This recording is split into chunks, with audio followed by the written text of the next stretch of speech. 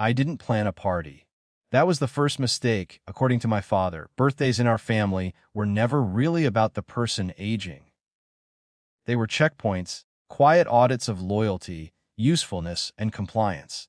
Even as a child, I understood that cake was currency and celebration was conditional. So this year, when I turned 40, I kept it small. A dinner reservation I could cancel. A cake from a bakery that wouldn't write messages in icing. No speeches. No toasts. Just a date circled on the calendar and left mostly alone. My father noticed anyway, he always did.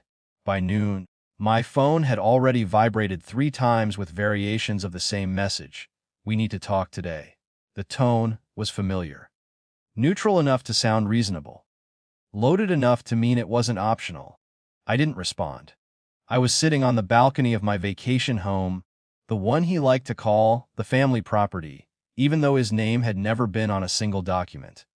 The house was quiet in the way expensive places often are: thick walls, deliberate distance from neighbors, the ocean sounding filtered and polite.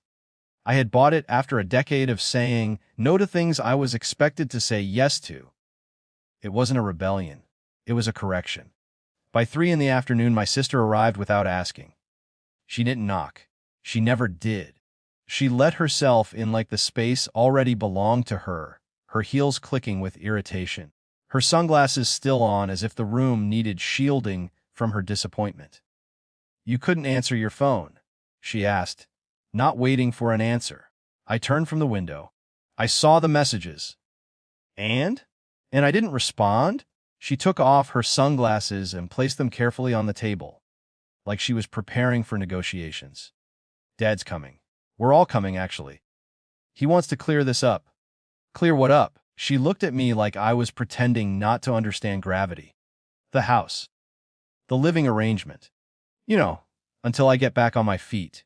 She had been getting back on her feet for 12 years. I didn't argue. I didn't explain. I had learned that explanations were just raw material for counterarguments. I simply said, "I'm not offering the house." Her face tightened, not in surprise, but in offense, as if refusal itself was a violation. "You don't even use it full time." "That's true. And it's worth what, 1.5 million now?" "Approximately." She laughed once, sharply. "So this is about money. It's about boundaries." She stood, already dialing. "Dad's gonna love this." By early evening, the living room filled with people who weren't there to celebrate me. My father arrived last, deliberate as always, carrying authority the way some men carry coats, something assumed, something heavy, something meant to be seen. He didn't hug me. He didn't wish me happy birthday. Instead, he looked around the room, assessed the furniture, the view, the quiet, and said, "So this is where you've decided to draw your line." I nodded, not defensively, not proudly, just acknowledging the accuracy. He sat down without asking. "Your sister needs a place to stay. Temporarily." "No." A simple word, no explanation attached. The room shifted. My father leaned back, folding his hands. "Do you remember who paid for your first degree?" "Yes." "And who helped you when your business almost failed?" "Yes." "And who taught you that family doesn't abandon each other?" I felt the old reflex stir, the urge to contextualize, to justify my independence as still acceptable under his rules. Instead, I stayed quiet. He mistook silence for weakness. He always had. "The party is canceled," he announced to the room, though there was no party to cancel. "The lawyer is coming." My sister smiled, relieved. Someone else sighed. The script was back on track. I nodded, slow and calm, like someone acknowledging the weather. I could feel my heartbeat, but it wasn't racing. It was steady. Prepared.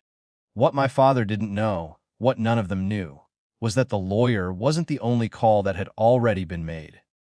Weeks earlier, when my sister first hinted at moving in, for a bit, I had contacted my own attorney. Not to escalate, to understand ownership, trespass, harassment, the difference between family pressure and legal obligation. I had documented messages, saved voicemails, logged visits. And that afternoon, when my sister let herself in without permission, I placed one quiet call. I didn't announce it. I didn't threaten. I didn't perform. So when the knock came, firm and unmistakable, It cut through the room like a blade. Two officers stood at the door. Neutral expressions. Professional posture. Authority without anger. I called them, I said, before anyone else could speak. My father turned to me, incredulous. You did what? They're here to formally ask everyone to leave. Silence fell, not dramatic, not explosive, just heavy. The officers explained calmly. Private property. Request to vacate. No accusations. No spectacle. My sister protested. My father stood up too quickly. This is absurd, he said. We're family. The taller officer nodded politely. Sir, that's not relevant to the request. That was the moment. Not loud, not cinematic, but unmistakable. Control didn't shatter. It slipped, quietly. Within minutes, the room emptied. Shoes picked up, voices lowered. The party that never was dissolved without ceremony. My father paused at the door. For the first time that evening, he looked uncertain, not angry, not threatening, just stalled. This is a mistake, he said. Maybe. I replied. He waited for more. There was nothing else. After they left, the house returned to its expensive quiet. The ocean resumed its polite rhythm. The cake remained untouched in the kitchen. I sat alone, not victorious, not relieved, just present. I knew what this cost. There would be fewer invitations, longer silences, stories told about me that didn't include this part. But for the first time, the boundary wasn't theoretical. It wasn't emotional. It was real, and it held.